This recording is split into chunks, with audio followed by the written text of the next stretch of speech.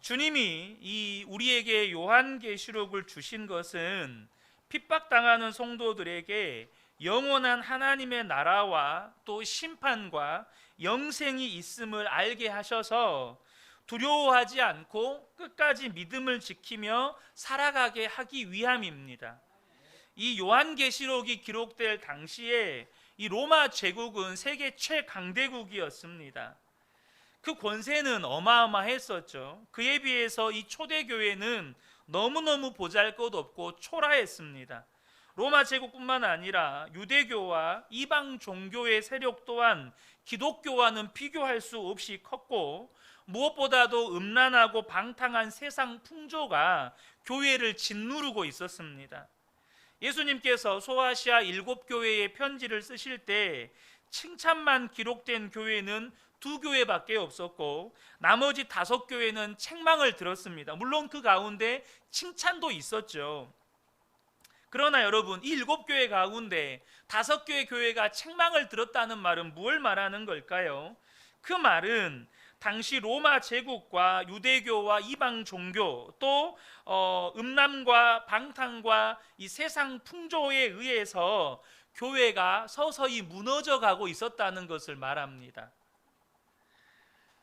주님이 소아시아 7교회에 편지하실 때 그들의 처지가 너무나도 힘들고 어려웠다는 거예요.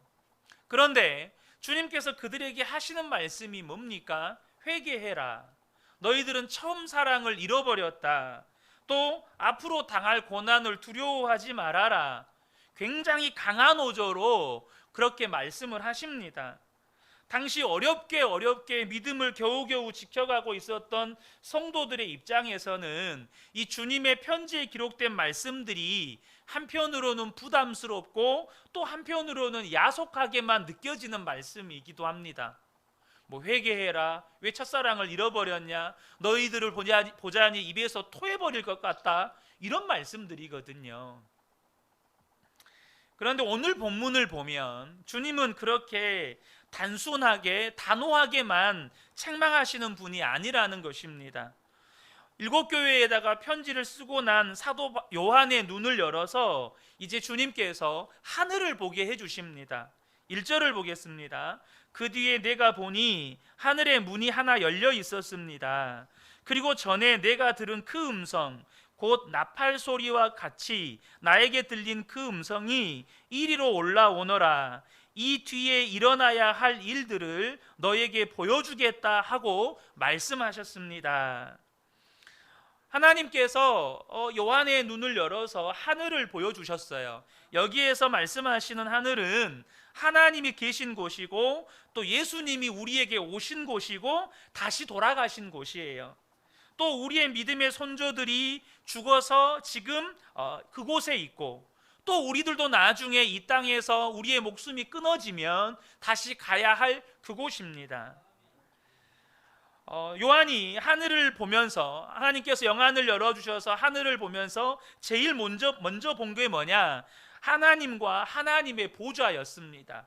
2절에 보면은 그런데 하늘에 보좌가 하나 놓여 있고 그 보좌에 한 분이 앉아 계셨습니다 라고 말씀합니다. 이것이 요한계시록의 전체 주제이기도 한 강력한 메시지입니다. 하늘에 하나님이 계시고 하나님의 보좌가 있다는 것입니다. 사랑하는 성도 여러분, 이거 믿으십니까? 우리가요, 진짜 하나님이 계시다는 것과 하나님의 보좌가 있다는 것을 확신하게 되면 영원한 하나님의 나라와 그것을 다스리시는 하나님과 하나님의 보좌가 있다는 것이 믿어지면 세상을 바라보는 우리의 눈이 달라지게 됩니다. 두려움도 염려도 사라지게 됩니다. 우리의 믿음이 분명하지 않으니까 세상에서 겪는 일들로 인하여서 믿음이 흔들리고 방황하게 되는 거예요. 요한이 하늘을 보면서 이제 하늘에 대한 묘사를 하는데요, 이제 간략하게 말씀을 드리면 보석들이 나오고 24장로의 보좌가 나오고 또 7 등불이 나오고 4 생물이 나오고 막 이런 요한의 묘사가 기록이 되어 있어요. 그것은 요한이 본 이 환상을 묘사한 건데요. 이 요한의 묘사를 보면 여러분 하늘이 어떻게 생겼는지 그려지세요? 그려지신다면 그분은 지금 성령으로 완전히 사로잡히신 분이에요. 사실 요한의 묘사를 보면 그 하늘이 어떻게 생겼는지 우리 머릿속에 잘 그려지지 않습니다. 왜 그럴까요? 요한이 이렇게 묘사할 수밖에 없었던 것은 지금 우리에게 하나님 나라의 실상을 다 보여줄 때가 아니라는 거예요. 또 한 가지는 요한이 그것을 묘사하는데 한계를 느끼는 거예요. 무슨 말이냐? 보기는 보았는데 자신의 모든 지식을 동원해도 그것을 설명할 길이 없는 거예요. 예를 들면 선천적으로 앞을 보지 못하는 어떤 사람에게 코끼리를 설명해요. 어떻게 설명할 거예요? 한 번도 코끼리를 본 적이 없는 사람에게 코끼리를 설명해 주면 그 사람은 아무리 설명을 해줘도 코끼리를 이미지화할 수 있을까요? 못하는 거예요. 마찬가지로 요한은 자기가 본 이 하나님 나라에 대한 환상을 자신이 모든 지식을 동원해도 설명할 길이 없는 거예요. 그래서 보기는 보았는데 설명할 길이 없으니까 구약 성경에 하나님이 계시하셨던 내용들을 바탕으로 해서 자기가 본 하늘을 설명을 하는 거예요. 이제 물론 이 환상 하나하나에 주석들마다 해석이 있습니다. 또한 많은 성도님들이 종말에 대해 관심을 갖다 보니까 보석이 뭔지, 24장로가 뭔지, 7 등불은 또 뭐고, 내 생물은 또 뭔지 궁금해하기도 합니다. 또 계시록을 연구하면서 그 부분에 대해서 해석해 놓으신 분들도 많아요. 그런데요, 저와 여러분이 나무에 집중하면 숲을 보지 못하는 경우가 생기죠. 우리는 신학자가 아닙니다. 다시 말하면 저와 여러분이 그렇게 하나하나의 의미 해석에 관심을 가지다 보면 정작 하나님께서 사도 요한을 통해서 우리에게 말씀하시려는 의도를 놓치게 되는 경우가 많다는 겁니다. 또 잘못된 해석에 빠지게 되는 경우도 생기죠. 환상으로 말씀하셨다는 이야기는 하나님께서 그 실상을 우리에게 정확하게 알려주시지 않는다는 뜻입니다.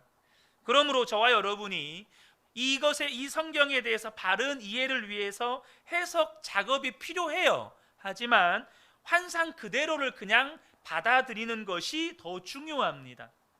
중요한 것은 요한이 도대체 뭘 말씀하려고 하느냐는 거예요. 이걸 통해서 우리에게 뭘 전달하려고 하느냐는 거예요. 이 요한계시록이 기록될 당시에 이 소아시아 7교회를 비롯한 초대교회의 성도들이 처했던 그 환경 가운데에서 그들에게 이 말씀을 통해서 무엇을 말씀하시려고 하시는지가 중요하다는 겁니다. 요한이 말하려는 것은 하늘이 있고 하나님이 계시고 그 보좌의 영광은 이 땅에 있는 그 어떤 곳과도 비교할 수 없을 만큼 엄청나다는 거예요. 그게 예수님께서 요한에게 보여주시려고 했던 거예요. 이 땅의 그 무엇과도 비교할 수 없는 하나님 나라의 영광. 요한이 그것을 보고 난 다음에 어땠겠어요? 로마 제국과 이 로마 황제의 권세와 영광, 또 이 세상의 영광은 정말로 아무것도 아니구나. 정말 태양 앞에 반딧불에 비교할 수 있을 만큼 이 세상의 영광은 아무것도 아니구나. 이걸 깨닫는 거예요. 사도 바울이 마치 하나님의 영에 이끌려서 3층천에 올라가서 하나님 나라의 영광을 다 보고 난 다음에 뭐라고 고백합니까? 이전에 내가 유익하던 모든 것이 이제는 내게 배설물처럼 여겨진다. 예수 그리스도를 아는 것보다 귀한 것이 없다. 이 고백이 나옵니다. 사도 요한도 마찬가지라는 거예요. 하나님 나라의 영광을 보니까 이 세상의 영광 아무것도 아니네. 로마 황제 그거 진짜 우습네. 이렇게 되는 거예요. 그렇게 두려워 떨었던 로마 황제가 하나님 앞에서는 너무나도 초라한 존재가 되는 거예요. 이것이 이 환상을 보여주시는 하나님의 의도라는 것입니다. 신앙생활을 하면서 어떤 분들은 이 성경이 실제 생활에 별로 도움이 안 된다고 생각하시는 분들이 있습니다. 실제로 성경 속에는 돈 잘 버는 방법, 아이들 대학 잘 보내는 방법 나와 있지 않아요. 예, 나와 있지 않을까요? 여러분, 어떻게 아이들을 공부시키면 서울대학교 보낼 수 있는지 혹시 성경에서 읽어보신 적 있습니까? 어떻게 하면 여러분의 사업장의 매출을 2배, 3배, 10배, 100배 이렇게 올릴 수 있는지 성경에서 보신 적 있습니까? 물론 여러분, 그 믿음으로 씨앗을 뿌리면 30배, 60배, 100배 그 결실, 그것을 거기에 적용하시는 분도 계시지만 그것은 엄밀하게 이야기하면 성경이 말씀하시려는 의도가 전혀 아닙니다. 근데 여러분, 왜 성경에 우리 아이들 좋은 대학 보내는 방법, 돈 많이 버는 방법, 이런 것들이 기록되어 있지 않을까요? 그런 생각 해보신 적 있습니까? 왜 성경에 그런 게 기록되어 있지 않을까요? 하나님 우리를 그렇게 사랑하시는데, 예수님을 십자가에 못 박아 죽일 만큼 우리를 사랑하시는데 돈 많이 벌게 해주면 좋잖아요. 자녀들 좋은 대학, 좋은 직장 가게 해주면 좋잖아요. 근데 왜 성경에 그걸 기록해 놓지 않으셨을까요? 그건 진짜가 아니기 때문입니다. 무슨 말이냐? 우리 주님 다시 오시는 날에 그 모든 것들은 주님의 심판의 불 앞에 다 사라져 버릴 것들이기 때문입니다. 그런데 이 성경 속에는 하나님의 나라와 하나님의 보좌와 하나님의 심판에 대한 놀라운 말씀이 담겨 있어요. 여러분, 이게 진짜 사실이라면 돈 버는 거, 아이들 좋은 대학 보내는 거, 그게 그렇게 중요한 문제입니까? 내가 건강하게 오래 사는 거, 그거 그렇게 중요한 문제입니까? 건강하게 오래 살면 뭐합니까? 영원한 지옥 들어가면 건강하게 오래 사는 게 복입니까? 여러분, 하나님이 하늘에 계십니다. 하늘이 있어요. 거기에는 말할 수 없는 영광스러운 하나님의 나라가 있어요. 이것을 정말로 알고 믿고 나면 내가 인생을 어떻게 살아야 하는지, 내게 무엇이 중요한지, 사람을 보는 관점, 잘 살고 못 살고의 기준 다 바뀌게 되는 거예요. 이것은 너무나도 중요한 문제입니다.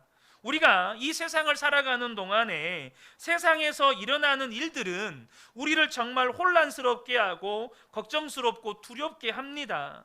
제가 또 어제인가 오늘 새벽인가 하여튼 뉴스를 잠깐 봤는데, 러시아에서 유럽으로 가는 가스관이 이게 깨져가지고 지금 최악의 사건 중에 하나였던 이 가스 누출 사건이 10만 톤이 누출된 것이 지금까지 최고 기록이라고 하더라고요. 그런데 이미 50만 톤의 메탄가스가 그 가스관으로 누출이 됐대요. 여러분, 이 메탄가스가 지구의 그 기온을 끌어올리는 주범인 거 아시죠? 근데 그거를 아무리 빨리 보수해도 6개월 걸린대요. 6개월 걸린대. 아무리 빨리 보수해도 6개월 걸린대요. 큰일이죠. 주님 오시기 전에 사람들이 먼저 죽을 것 같아요. 여러분, 저와 여러분이 정말로 중요하게 생각해야 될 게 있어요. 세상을 보면 정말로 걱정스럽고 두렵게 하는 일들이 많이 일어납니다. 왜 그렇죠? 마귀가 세상의 왕노릇하기 때문이에요. 그런데 요한이 하늘을 보니까 거기에는 하나님이 계시고 하나님의 보좌가 있고 끊임없는 찬양과 기쁨이 충만한 곳이에요. 세상만 보면 너무너무 답답하고 두렵고 힘들지만, 낙심이 되지만, 하늘을 바라보는 사람들은 그것을 능히 이길 믿음과 힘이 생기는 거예요. 찬양이 있고 기쁨이 있는 겁니다. 벌써 한 15, 16년 전인 것 같습니다. 제가 전도사가 된 지 얼마 되지 않았을 때에 임종하신 지 얼마 되시지 않은 권사님이 계신 병원으로 신방을 갔습니다. 유족들과 함께 임종 예배를, 돌아가신 지 방금 돌아가셨다는 연락을 받고 이제 바로 병원으로 가서 임종 예배를 드려야 되는 거예요. 사랑하는 어머니를 먼저 보낸 가족들에게 얼마나 큰 슬픔이 있겠어요. 제가 그때 나이가 28, 29 그랬던 것 같아요. 아직 믿음도 사역도 서툰 제가 갑자기 시신을 그 앞에 두고 유족들과 함께 임종 예배를 드려야 되는데 큰 부담감이 있었습니다. 운전하고 가면서 정말로 주님 앞에 기도하고 또 주님을 바라볼 수밖에 없는 그런 시간이었죠. 여러분, 부담스러운 시간은 빨리 오죠. 금방 도착해 버린 것 같아요. 도착해서 시신을 침대에 모셔놓고 서서 함께 시신 앞에서 예배를 드리는데 정말 말로 설명할 수 없는 믿음과 확신이 제 마음을 사로잡는 거예요. 함께 예배를 드리면서 말씀을 나누는데 제 눈에도 그게 보일 만큼 유족들의 마음 안에, 유족들의 얼굴 표정에서, 유족들의 눈빛에서 정말로 천국의 소망이 들어차는 것 같은 그런 느낌을 받았어요. 그래서 말씀을 끝맺을 때 유족들이 한 소리로 아멘이라고 외치는데 그 예배를 시작할 때와는 너무 다른 기쁨과 확신과 은혜가 그 공간을 사로잡는 것을 경험했어요. 여러분, 우리가 세상에서 보는 것과 하늘에서 되어지는 일은 엄청난 차이가 있습니다. 여러분, 세상에서 되어지는 일은 장례식이잖아요. 세상에서 되어지는 일은 슬픔과 아픔이에요. 근데 하나님 나라에서는 천국 잔치가 벌어지는 거예요. 왜죠? 하나님 나라의 백성이, 하나님의 자녀가 하나님 나라로 입성을 했거든요. 근데 어머니가 돌아가신 지 1시간도 안 됐는데 조금 전까지 슬픔과 비통함에 사로잡혔던 유족들이 그 예배를 통해서 완전히 천국 소망으로 사로잡히는 거예요. 분명히 이 땅에서 예배 장례식을 치르고 있는데 그분들의 영혼과 마음은 하나님 나라에 사로잡히는 거예요. 8절 말씀을 보면요, 하늘에서 어떻게 찬양을 드리는지가 기록이 되어 있습니다. 그들은 밤낮 쉬지 않고 거룩하십니다. 거룩하십니다. 거룩하십니다. 전능하신 분 주 하나님, 전에도 계셨고 지금도 계시며 또 장차 오실 분이십니다 하고 외치고 있었습니다. 지금 사도 요한은요, 당시 로마 제국의 핍박으로 인해서 초대교회가 무너져가는 모습을 보면서 너무너무 마음에 힘이 들었어요. 걱정에 사로잡혀 있었습니다. 그런데 그 하늘을 바라보고 난 다음에 요한의 생각이 완전히 달라져 버렸어요. 그 하나님 나라에서 이루어지는 예배의 실체를 본 다음에 요한의 마음이요, 하나님, 이제 충분합니다. 왜 하나님께서 회개해라고 말씀하셨는지 알 것 같아요. 왜 하나님께서 처음 사랑을 다시 회복하라고 말씀하셨는지도 알 것 같아요. 왜 고난을 두려워하지 말라고 말씀하셨는지도 이제는 분명하게 제가 알 것 같습니다.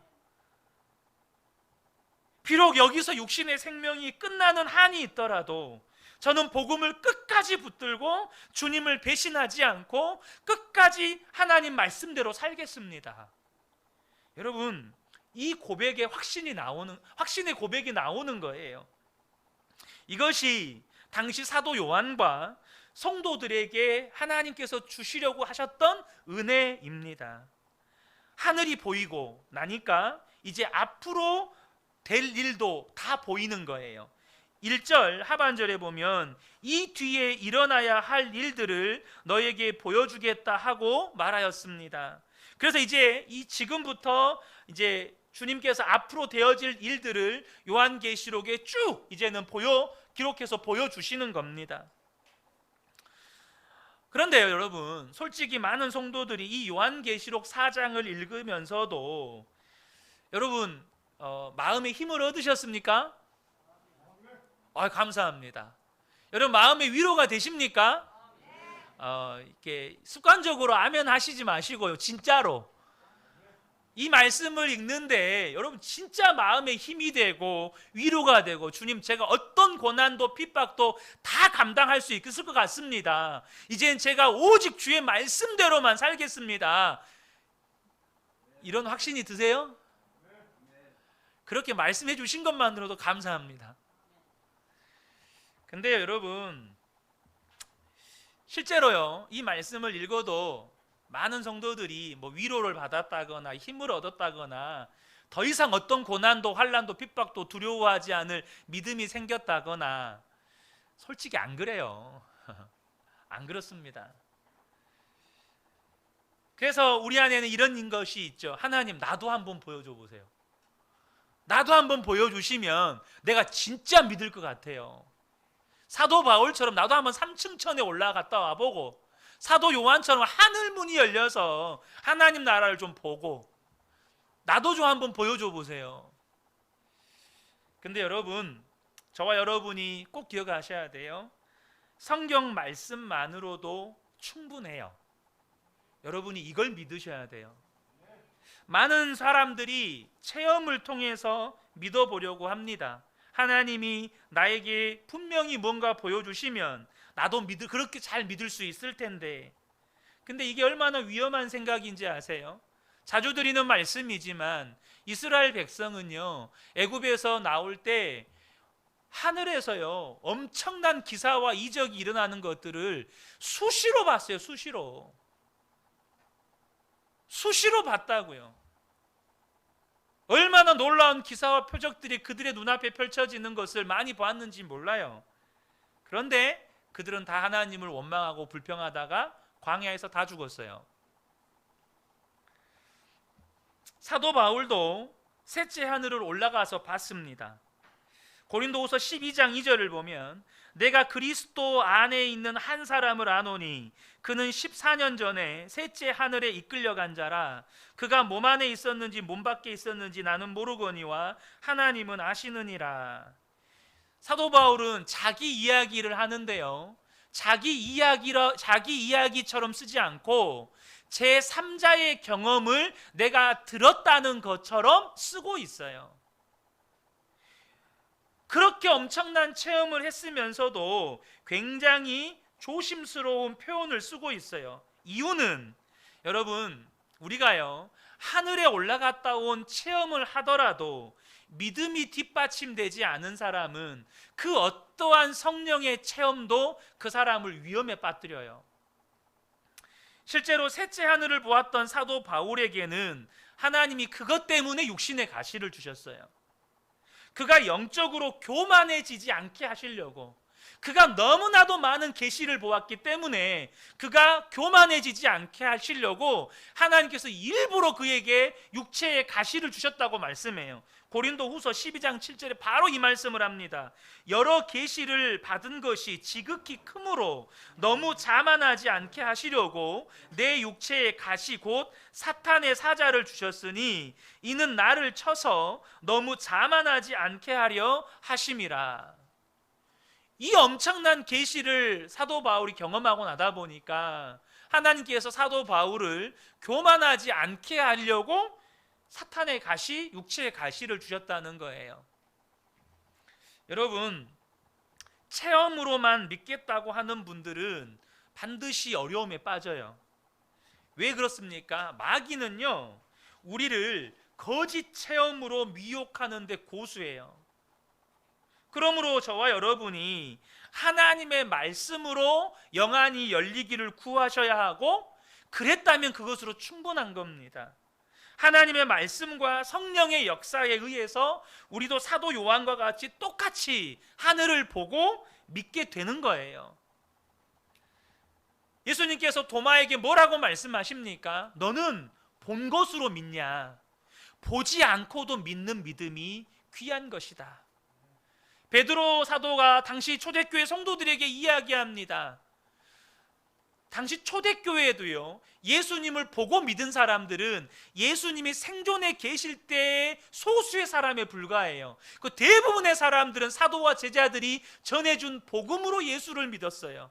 그래서 그들에게 뭐라고 말합니까? 너희가 예수를 보지 못하였으나 사랑하는도다. 예수님을 보지 못했는데 그들은 예수님을 사랑해요. 도대체 어떻게 이게 가능한 겁니까? 말씀과 성령으로 예수님을 믿게 되었기 때문입니다. 사도 바울과 또 요한이 하늘을 보게 된 것은 전적인 성령의 역사 때문입니다. 그래서 계시록 오늘 본문 2절을 보면 나는 곧 성령에 사로잡히게 되었습니다 라고 말씀해요. 그런데 저와 여러분이 반드시 알아야 할 것이 있습니다. 지금 저와 여러분 안에, 사도 요한 안에 역사하셨던 그 성령께서 똑같이 역사하고 계시다는 거예요. 성령께서 요한의 눈을 열어서 하늘을 보게 하셨습니다. 그리고 하늘에서 드려지는 예배도 보게 하셨어요. 지금 성령님께서 우리 안에 역사하셔서 우리를 이 예배의 자리로 오게 하셨습니다. 사도 요한은 하늘을 보게 하셨지만 성령님은 지금 저와 여러분을 이 예배의 자리로 이끄셔서 하나님 앞에 예배하게 하는 거예요. 예배를 경험하는 건 똑같은 겁니다. 우리는 비록 이 땅에서 예배해요. 하지만요, 실제로 우리의 영은 지금 하나님의 보좌 앞에서 예배하고 있다는 사실을 아셔야 돼요. 왜 그렇습니까? 우리 안에 성령이 계시기 때문이에요. 육체는 비록 우리가 이 땅에서 예배를 해요.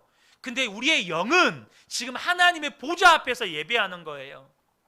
히브리서 4장 16절에 그러므로 우리는 긍휼하심을 받고 때를 따라 돕는 은혜를 얻기 위하여 은혜의 보좌 앞에 담대히 나아갈 것이니라. 여기서 말하는 은혜의 보좌는 우리가 죽어서 하나님 보좌 앞에 가는 게 아닙니다. 분명히 육신을 입고 이 땅을 사는데 우리가 하나님의 보좌 앞에서 예배를 드린다는 거예요. 그래서 여러분, 저와 여러분이 기억하셔야 돼요. 우리가 분명히 여기서 예배를 드릴 때요, 하나님께서 우리의 예배를 받으시려고 우리에게 오시는 게 아니고 영적으로 보면 우리가 성령의 인도함을 받아서 하나님의 보좌 앞으로 나아가서 예배를 드리는 거예요. 이걸 보셔야 돼요. 성령께서 모든 예배하는 성도들을 하나님의 보좌 앞으로 인도하시는 겁니다. 그러므로 우리는 예배를 통해서 요한과 똑같은 경험을 지금 하고 있는 거예요. 천상에서 드려지는 예배를 지금 우리도 참여하고 있는 것입니다. 후안 까를로스 오리티즈 목사님이 쓴 책 주님과 동행하십니까에 짤막한 이야기가 하나 나옵니다. 한 번은 오리티즈 목사님이 영국의 링컨 교회에 예배를 드리게 되었습니다. 그 교회 예배당이 정말로 웅장하고 화려합니다. 예배당 길이만 210m예요. 예배당 앞에서 끝까지 길이가 210m. 그러니까 들어가면 그 시설의 규모에 압도가 되는 거예요. 예배당 시설도 너무나 아름답고 예배를 인도하는 분들이 예복을 입고 예배하는 모습도 너무너무 멋있고 찬양대도 너무너무 아름다웠습니다. 그래서 오르티즈 목사님이 너무너무 감동을 받아서 야, 오늘 정말로 진짜 멋진 예배를 드리는구나. 그리고 기도가 저절로 나오더래요. 그래서 그렇게 기도를 했대요. 오 가장 높은 곳에 좌정에 계신 우리 아버지시여, 오늘 아침 우리는 주님의 존전에 모였습니다. 그런데 그때 갑자기 주님의 음성이 마음에 들리는 거예요. 닥쳐라. 너와 나는 온종일 대화를 나누고 지내는 그런 사이인데 이제 와서 가장 높은 곳에 좌정에 계신 우리 아버지라고? 우리는 때때로 착각할 때가 있어요. 하나님을 저 하늘에 계신 분이라고만 생각을 해요. 여러분, 근데요, 하나님은 분명히 실제 하늘에 계셔요. 하나님 나라의 좌정에 계십니다. 그러나 우리 안에 계신 성령님은 그 하나님과 같은 하나님이세요. 우리는 그 성령님에 의해서 매번 이렇게 예배하고 기도하는 거예요. 우리가 늘 만나는 분이고 우리 안에 늘 역사하시는 분이세요. 이걸 놓치시면 안 된다는 거예요. 제가 청년 시절에 다녔던 세순교회는 그 비슷한 시기에 광주에 세워진 교회 가운데 가장 빠르게 부흥한 5교회 중에 하나였습니다. 나중에는 7지구에 굉장히 큰 예배당을 지어서 이전을 했습니다. 제 기억으로는 2000년대 초반에 거기 교회가 지어졌는데 당시에 예배당을 건설하는데 100억이 넘게 들었었습니다. 무엇보다 이 세순교회는 광주에서 가장 예배팀과 방송과 음향시설과 이 모든 조명들이 잘 갖추어진 교회로 소문난 교회였습니다. 그래서 어떤 행사를 하더라도 방송국에서 오면 마이크 몇 대 더 추가하는 것 외에는 어떤 시설이 필요 없을 정도로 완벽하게 그렇게 시설이 갖추어졌었습니다. 저는 청년 시절에 그 교회에서 신앙생활하면서 영적으로 정말 뜨겁게 보냈던 것 같습니다. 너무너무 뜨거운 시절을 보냈었어요. 자, 그런데 제가 지금 담임 목사로 섬기는 우리 그은혜 교회는 새순교회에 비하면 규모로 보나 시설로 보나 초라하기 짝이 없습니다. 비하하는 게 아니고 팩트입니다. 그냥 팩트를 말씀드리는 거예요. 그런데 여러분, 저와 여러분이 분명하게 아셔야 될 게 있어요. 새순교회에서 드리는 예배나 우리 그은혜 교회에서 드리는 예배나 똑같은 예배라는 거예요. 똑같은 교회라는 거예요. 성도가 많고 예배당이 크고 감동적인 예배의 순서가 있는 곳에서 예배를 드리는 사람은 야, 천국에서 이런 예배를 드리겠지 이렇게 생각할 수 있어요. 하지만요, 아주 작은 교회, 그저 그냥 예배 순서도 평범하고 감동적일 것도 없는 그런 곳에서 드려지는 예배는 수준이 낮은 예배일까요? 저는 개인적으로 제가 이제까지 예배를 드리면서 나름대로 정말 큰 대형 교회라고 하는 곳에서 뜨거운 신앙생활도 보내보았지만 저는 그은혜 교회에서 드리는 예배가 저의 신앙생활 가운데 가장 뜨거운 예배를 드려본 경험이 있어요. 또 저 혼자 아무도 없는 곳에서 하나님 앞에 뜨겁게 예배 드려본 경험이 있어요. 당장 소아시아 7교회 중에 서머나 교회와 빌라델비아 교회, 예수님께 칭찬만 들었던 두 교회입니다. 그런데 그 교회는 너무나도 작고 가난하고 보잘것없는 교회였습니다. 그런데 그 두 교회만 칭찬을 받았어요. 성도의 수나 예배당의 크기나 감동적인 예배의 순서에 속으시면 안 돼요. 예배는 전적으로 성령님에 의해서 드리는 것이고 내가 이 땅에 있으면서 동시에 하나님의 보좌 앞으로 나아가는 시간이에요. 어느 예배나 똑같아요. 요한복음 4장 23절에 아버지께 참되게 예배하는 자들은 영과 진리로 예배할 때가 오나니 곧 이때라. 아버지께서는 자기에게 이렇게 예배하는 자들을 찾으시느니라. 여러분, 영과 진리로 드리는 예배, 어떤 자리든지 어떤 규모든지 상관없이 성령님이 역사하셨느냐 역사하지 않으셨느냐, 이것이 저와 여러분으로 하여금 예배냐 아니냐를 가르는 기준이 되는 거예요. 내가 예배당에 앉아 있는 것이 아니고 정말로 성령으로 하나님께 진정한 예배를 드리느냐는 거예요. 지금도 저와 여러분이 하늘을 바라보는 예배를 드리고 있느냐는 거예요. 자, 어떻게 그런 예배를 드릴 수 있을까요? 사도 요한이 천상에 드려지는 예배를 보면서 예배는 이렇게 드리는 것이구나 라는 걸 보게 돼요. 오늘 본문에 24장로 이야기가 나옵니다. 24장로가 하나님께 예배하는 장면이 기록되어 있는데요, 이 24장로는 천상의 존재들이고 동시에 구약과 신약의 모든 성도들을 대표하는 존재들입니다. 그들이 하나님 앞에서 끊임없이 예배하는데 오늘 본문에 보면 하나님 앞에 엎드렸다라고 기록이 되어 있고 면류관을 벗어서 하나님께 드렸다고 기록이 되어 있어요. 10절입니다.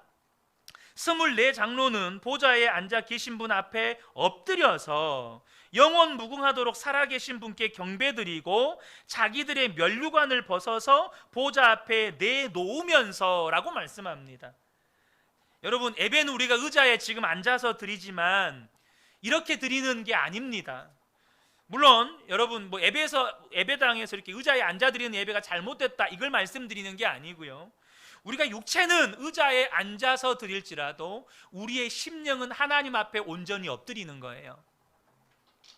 그리고 내 면류관을 하나님 앞에 벗어드리는 겁니다. 이 면류관을 벗어드린다는 말이 무슨 말일까요? 당장 하나님 앞에 엎드렸다라는 이 말은 주님만이 나의 주님이십니다. 주님만이 나의 하나님이십니다. 저는 주님의 구원이 없으면, 주님이 없으면 저는 아무것도 아닙니다. 이 믿음의 고백이죠. 근데 면류관을 벗었다라는 말은요, 1980년대 이후에 한국 교회 안에 경배와 찬양이라고 하는 예배 부흥이 있었습니다. 그 경배와 찬양 집회의 장소를 가면 그 뒤편에는 큰 상자가 하나 있어요. 그 집회가 끝나고 다 돌아간 다음에는 그 상자 안에 뭔가가 수북히 쌓여 있어요. 그게 뭐냐면 당시 가요 테이프, 비디오 테이프, 소설책, 담배, 라이터, 음란 서적, 이런 것들이 수북히 쌓여 있습니다. 예배를 드리러 왔던 학생들, 10대 청소년들, 청년들이 예배를 드리면서 하나님 앞에서 끊어버려야 할 것들을 끊기로 결단하면서 구체적인 행동들이 거기서 나타나요. 여러분, 집회 오면서도요, 담배, 라이터, 음란서적, 가요 테이프 다 가지고 오거든요. 근데 그곳에서 영광의 하나님을 경험합니다. 그리고 그것을 자신의 그 면류관을 벗어 드리겠다고 하는 믿음의 결단이 그렇게 나오는 거예요. 그래서 찬양 집회 때마다 그 상자가 뒤에 있었습니다. 24장로들이 면류관을 벗었대요. 그리고 하나님 앞에 그걸 드렸대요. 이 면류관을 벗어서 드렸다는 말은 내가 나의 왕이 아니라는 겁니다. 하나님이 나의 왕이시라는 거예요. 이것이 진짜 예배를 드리는 자들의 자세입니다. 그리고 그때 그 사람에게는 하늘이 열리는 거예요. 여러분은 지금 무엇이 그리 억울하십니까? 아니, 왜 그렇게 억울해 하십니까? 무엇이 그리 섭섭하고 무엇을 그렇게 참기가 어려우신가요? 왜 그럴까요? 이유는 하나입니다. 우리 마음속에 자기 자신에 대한 자존심, 허영심, 교만함, 나는 적어도 이렇게 대접받을 사람이 아닌데, 그러한 자기 면류관이 있는데 그 면류관을 붙잡고 있기 때문입니다. 그러니까 그렇게 섭섭하고 답답하고 억울하고 못 견디겠고 그렇게 되는 거예요. 우리는 사실 하나님을 예배한다고 하지만 사실 많은 사람들이요, 자기 자신을 예배해요. 내가 좋으면 다 좋은 것이고 내가 안 좋으면 다 안 좋은 거예요. 모든 것의 중심이 바로 나라는 거예요. 나는 이게 우리가 가진 생각이에요. 사실 많은 성도들이 하나님을 예배한다고 하지만 자기 자신을 예배하는 거예요. 이게 우리의 면류관입니다. 이 면류관을 붙잡고 있는 동안에는 진짜 예배가 안 돼요. 여러분, 지금 어떤 마음으로 예배하고 계십니까? 이 면류관을 하나님 앞에 벗어 드릴 때 내 안에 있는 자존심, 허영심, 열등감, 교만, 언제나 나 했던 이 모든 것을 이제 주님께 드리겠습니다. 오직 주님만이 나의 왕이십니다. 그 고백으로 하나님 앞에 나아가면 규모가 어찌하든지, 예배의 순서나 형태가 어찌하든지, 혼자서 드리는 예배일지라도 그 사람에게는 하늘문이 열리는 거예요. 여러분의 면류관을 벗어서 하나님께 드리는 예배를 드리시기를 축복합니다. 그리고 바로 지금 이 땅에서 성령이 역사하신 예배를 통해서 하나님의 영광을 보는 거예요. 언젠가도 한번 말씀드렸던 이야기입니다. 한 청년이 오래전에 단기 선교팀을 꾸리고 중국 청해성에 선교 정탐을 갔습니다. 지금도 그렇지만 당시에는 정말로 예수 믿는다는 말을 꺼낼 수도 없었고 전도도 할 수 없었습니다.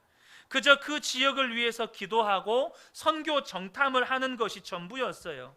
어느 마을에 묵는데 주일이 다가왔습니다. 예배를 드려야 하지 않겠어요? 큰일 난 겁니다.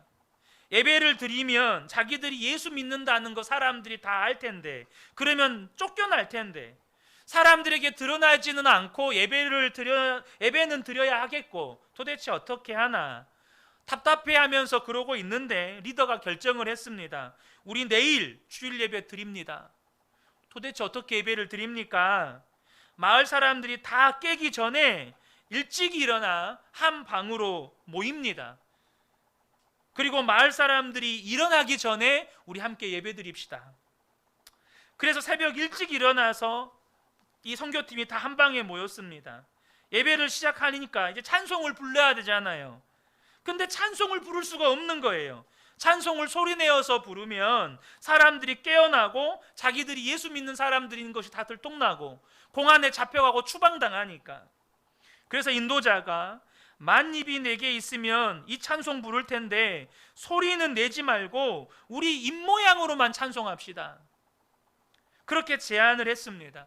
그래서 거기에 있는 모든 사람들이 입모양으로만 찬송을 했습니다. 소리는 내지 않고. 만입이 내게 있으면 그 입 다 가지고 내 구주 주신 은총을 늘 찬송하겠네. 그렇게 아무 소리도 내지 않고 입으로만 찬송을 부르는데 어디선가 한 사람이 흐느끼기 시작하는 겁니다. 또 한 사람이 흐느끼고 또 한 사람이 흐느끼고 나중에는 그 방이 완전히 울음바다가 되어버렸습니다. 웅장하고 화려한 예배당도 없고 감동적인 예배 순서도 없고 탁월한 예배팀이나 무슨 조명도 없고 그저 작은 숙소 방에서 소리 내지 않고 부르는 그냥 찬양, 만입이 내게 있으면 그 입 다 가지고 내 구주 주신 은총을 늘 찬송하겠네. 소리도 내지 않고 입모양으로만 부르는데 그곳에 하늘의 문이 열려버린 거예요. 그곳에 하나님의 영광이 나타난 거예요. 분명히 이 땅에서 드리는 예배지만 하늘의 예배를 경험한 겁니다.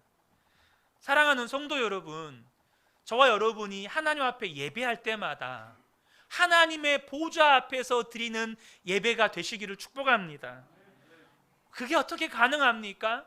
여러분, 우리의 예배를 받으시는 하나님은 우리를 성전 삼으셔서 우리를 주의 보좌 삼으셔서 이곳에 함께 계시는 하나님이세요.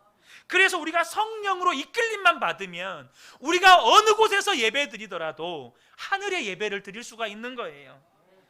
그래서 여러분, 우리의 모든 삶의 예배가 가능한 거예요. 가정, 일터, 학교, 그곳에 주님은 함께 가시고 나를 인도하시는 하나님이시니까.